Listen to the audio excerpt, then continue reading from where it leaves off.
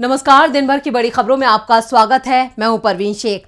आज इस बुलेटिन में बात होगी विपक्ष के दबाव में आई मोदी सरकार की, संसद से सड़क तक कांग्रेस के हल्लाबोल की, बात करेंगे बीजेपी के खिलाफ किसानों की हुंकार की, सुप्रीम कोर्ट से मोदी सरकार को लगे झटके की, साथ ही जानेंगे क्यों बीजेपी को लग रहा है हार का डर, लालू परिवार पर ईडी की छापेमारी पर कैसे घिरी केंद्र सरकार, और बुलेटिन के आखिर में बात होगी दुनिया में भारत की गूंज की। लेकिन तमाम बड़ी खबरों से पहले एक नजर सुर्खियों पर।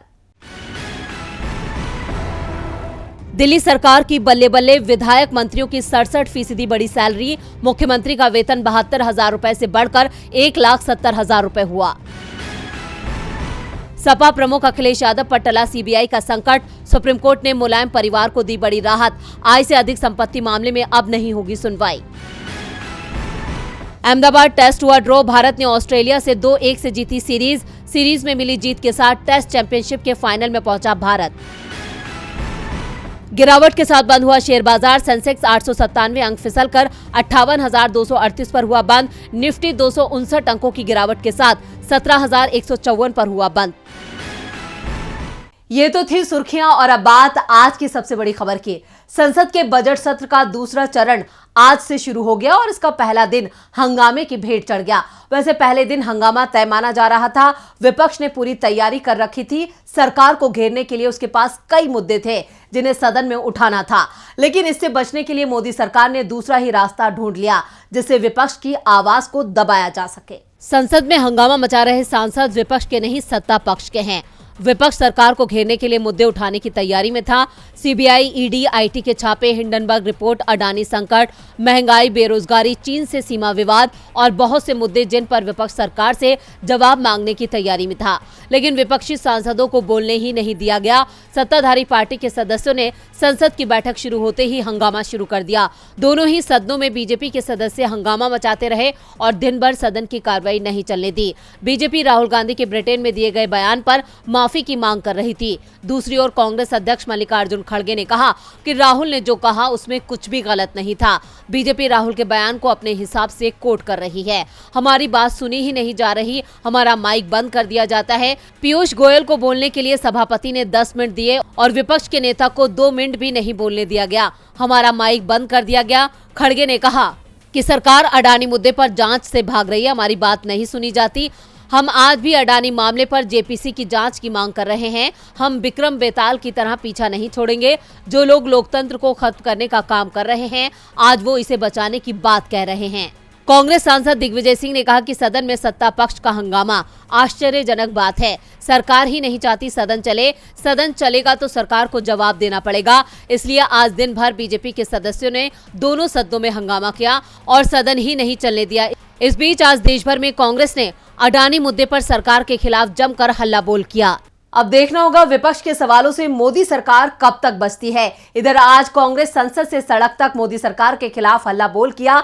अडानी मुद्दे पर देश भर में कांग्रेस ने मोदी सरकार का विरोध किया। अपने इस विरोध प्रदर्शन में कांग्रेस ने राजभवन तक मार्च निकाला, जिसकी शुरुआत दिल्ली से हुई। तो कैसे कांग्रेस ने अडानी मुद्दे पर किया मोदी सरकार के खिलाफ हल्ला बोल, देखते हैं ये रिपोर्ट। आज से कांग्रेस ने बीजेपी सरकार के खिलाफ हल्ला बोल शुरू कर दिया है। अडानी मामले में मोदी सरकार की चुप्पी के विरोध में राज्यसभा में विपक्ष के सांसदों ने विजय चौक तक मार्च निकाला। कांग्रेस ने एक बार फिर मोदी सरकार पर अडानी मुद्दे से भागने का आरोप लगाया। कांग्रेस ने ट्वीट करते हुए लिखा है, सदन फिर स्थगित। विपक्ष की यही मांग है कि सदन में अडानी मामले पर चर्चा हो। इस महा घोटाले की जांच के लिए जेपीसी बनाई जाए, लेकिन मोदी सरकार इससे भाग रही है और उनके परम मित्र को बचाने के लिए सदन स्थगित करा रही है। मोदी जी भागिए मत, जवाब दीजिए, देश की जनता जवाब चाहती है। अखिल भारतीय कांग्रेस कमेटी के आह्वान पर हिमाचल कांग्रेस ने भी आज बीजेपी के खिलाफ विरोध प्रदर्शन किया। आज छोटा शिमला में सभी कांग्रेसी नेता और कार्यकर्ता इकट्ठा हुए। इसके बाद कांग्रेस प्रदेश अध्यक्ष प्रतिभा सिंह के नेतृत्व में राजभवन तक कूच किया गया। वहीं राजस्थान, छत्तीसगढ़, झारखंड, पंजाब और बिहार में भी बीजेपी के खिलाफ हल्ला बोल किया गया। अडानी ग्रुप के घोटाले, गड़बड़ी और मोदी सरकार के अडानी ग्रुप को कथित रूप से फायदा पहुंचाने के मुद्दे पर चंडीगढ़ कांग्रेस ने आज जोरदार प्रदर्शन किया। वहीं चंडीगढ़ में पेड पार्किंग घोटाले, पानी के रेट बढ़ाए जाने, घरेलू गैस सिलेंडर के रेट बढ़ाए जाने और महंगाई के मुद्दे पर भी कांग्रेस ने निगम और मोदी सरकार को घेरा है। कांग्रेस ने रविवार को ही ये जानकारी साझा की थी। आज से देश भर में बीजेपी सरकार के खिलाफ विरोध प्रदर्शन शुरू किया जाएगा। कांग्रेस ने अपने एक और ट्वीट में लिखा है, अडानी मामले पर मोदी सरकार की देश विरोधी नीतियों को करारा जवाब देने के लिए राज्य मुख्यालयों से चलो राजभवन, जवाब तैयार रखिए, जनता आ रही है। कांग्रेस अब सीधे जनता के दरबार में है, जहां कांग्रेस जोरदार तरीके से जनता से जुड़े मुद्दे उठा रही है और मोदी सरकार को घेर रही है। कांग्रेस के इस हल्ला बोल से मोदी सरकार की मुश्किलों में इजाफा होना तय है। कांग्रेस ने आज से मोदी सरकार के खिलाफ मोर्चा खोल दिया है। मोर्चा तो किसानों ने भी सरकार के खिलाफ खोल दिया है। पूरे देश का किसान परेशान है। मोदी सरकार ने जो वादे किए उन्हें पूरा नहीं कर रही है। सरकार को उसके वादे याद दिलाने के लिए किसान फिर दिल्ली पहुंच गए हैं। तो महाराष्ट्र के किसानों ने भी नासिक से मुंबई तक पैदल मार्च शुरू कर दिया है। तो क्या है किसानों की मांग, देखते हैं ये रिपोर्ट। सड़क पर नारेबाजी करते हुए मुंबई की ओर कूच कर रहे ये अन्नदाता हैं। खेती कर देश के लोगों का पेट भरते हैं, लेकिन आज ये खुद मुश्किल में हैं। फसलों की सही कीमत नहीं मिल पा रही है। प्याज के दाम 1 रुपए किलो तक गिर गए हैं। कपास की फसल खराब हो चुकी है, तो बारिश के चलते सब्जियों की फसल को भी नुकसान पहुंचा है।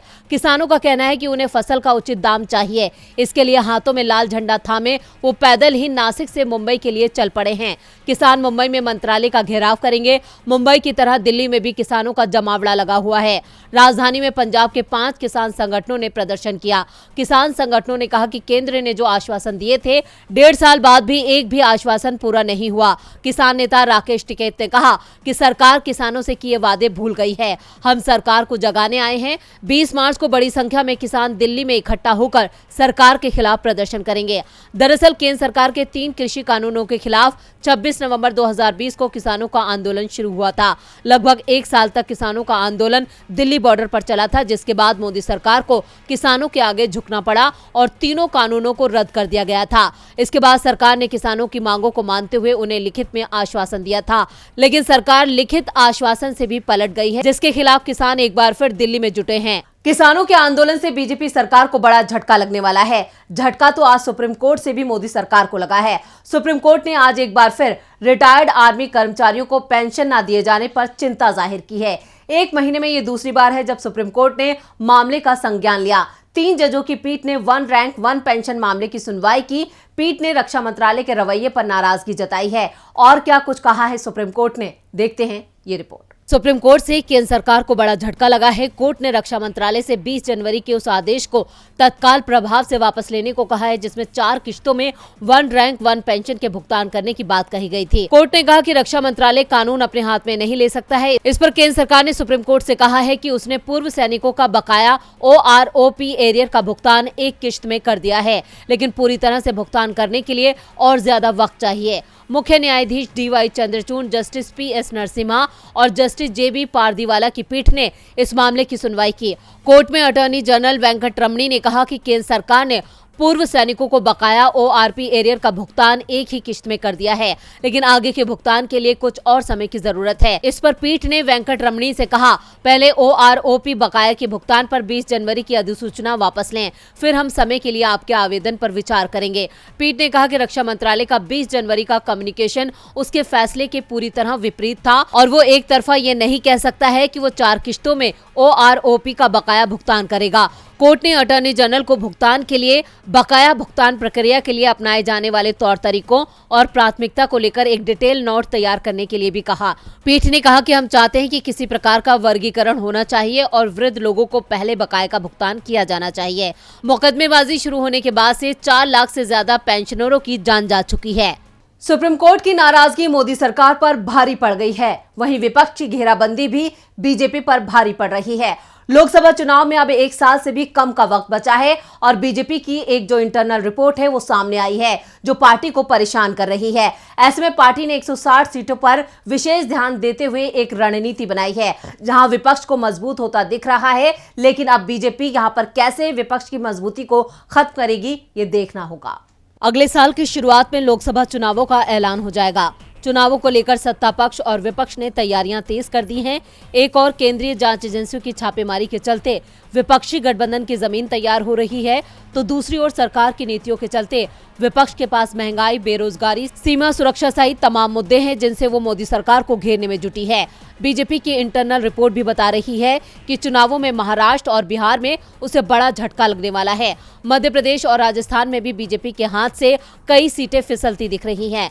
उत्तराखंड और हरियाणा हरियाणा जैसे छोटे राज्यों में भी बीजेपी को हार मिलना तय बताया जा रहा है। ऐसे में इस नुकसान को पूरा करने के लिए बीजेपी ने 160 सीटों के लिए विशेष रणनीति बनाई है। इनमें से अधिकांश सीट उन राज्यों में है जहां बीजेपी विपक्ष में है। पार्टी ने 3 महासचिवों सुनील बंसल, विनोद तावड़े और तरुण चुंग की एक कमेटी रिपोर्ट तैयार की है, जिसमें कहा गया है कि अगर इन सीटों पर विशेष जोर नहीं दिया गया तो हार तय है। इसके लिए अगले महीने से पीएम मोदी की रैलियों की रणनीति तैयार की है। इन 160 सीटों में 40 हिस्सों में बांटा गया है। एक हिस्से में 4 सीट रखी गई हैं और हर हिस्से में पीएम मोदी की कम से कम एक सभा का कार्यक्रम तय किया जा रहा है। सबसे ज्यादा रैलियां पश्चिम बंगाल, बिहार और महाराष्ट्र में की जाएंगी। कर्नाटक में तो पीएम की रैलियां चल ही रही हैं। विधानसभा चुनावों में अलग से पीएम मोदी की रैलियां होंगी। साफ है, बीजेपी ये मानकर चल रही है कि इस बार उसकी सीटें कम होना तय है। विपक्ष को पटखनी देने के लिए इस बार भी बीजेपी को पीएम मोदी का सहारा है, लेकिन क्या इस बार चलेगा मोदी मैजिक? फिलहाल ये मुश्किल दिख रहा है। मुश्किलें तो तेजस्वी यादव ने भी बीजेपी की बढ़ा रखी हैं। लालू परिवार पर केंद्रीय जांच एजेंसियों की कार्रवाई लगातार चल रही है। सीबीआई लालू, राबड़ी और मीसा भारती से पूछताछ कर चुकी है, तो ईडी ने लालू की 3 बेटियों और तेजस्वी यादव सहित लालू के 15 करीबियों के ठिकानों पर छापेमारी की है। इस छापेमारी पर बिहार के डिप्टी सीएम तेजस्वी यादव ने बीजेपी और पीएम मोदी को घेर लिया है। केंद्रीय एजेंसियों की लालू परिवार पर छापेमारी का सिलसिला तेज हो गया है। इसे लोकसभा चुनावों से जोड़कर देखा जा रहा है। विपक्ष का आरोप है कि उनकी एकता को कमजोर करने के लिए मोदी सरकार सीबीआई और ईडी का इस्तेमाल कर रही है। इस समय लालू यादव का परिवार खासतौर पर केंद्रीय एजेंसियों के निशाने पर है।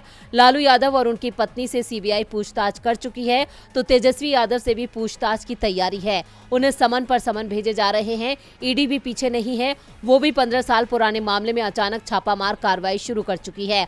नौकरी के बदले जमीन के मामले में पूरे लालू परिवार को फंसाने की कोशिश चल रही है।